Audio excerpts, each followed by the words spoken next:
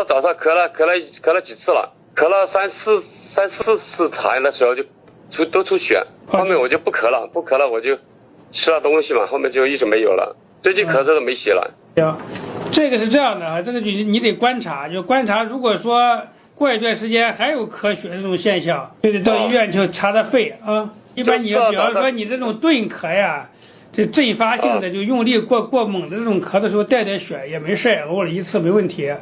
如果说经常有就得去检查去啊。主要长期咳嗽，它就是带血就不行。对，因为那样就很容易有，比方说肺癌的早期症状就会有这种表现啊。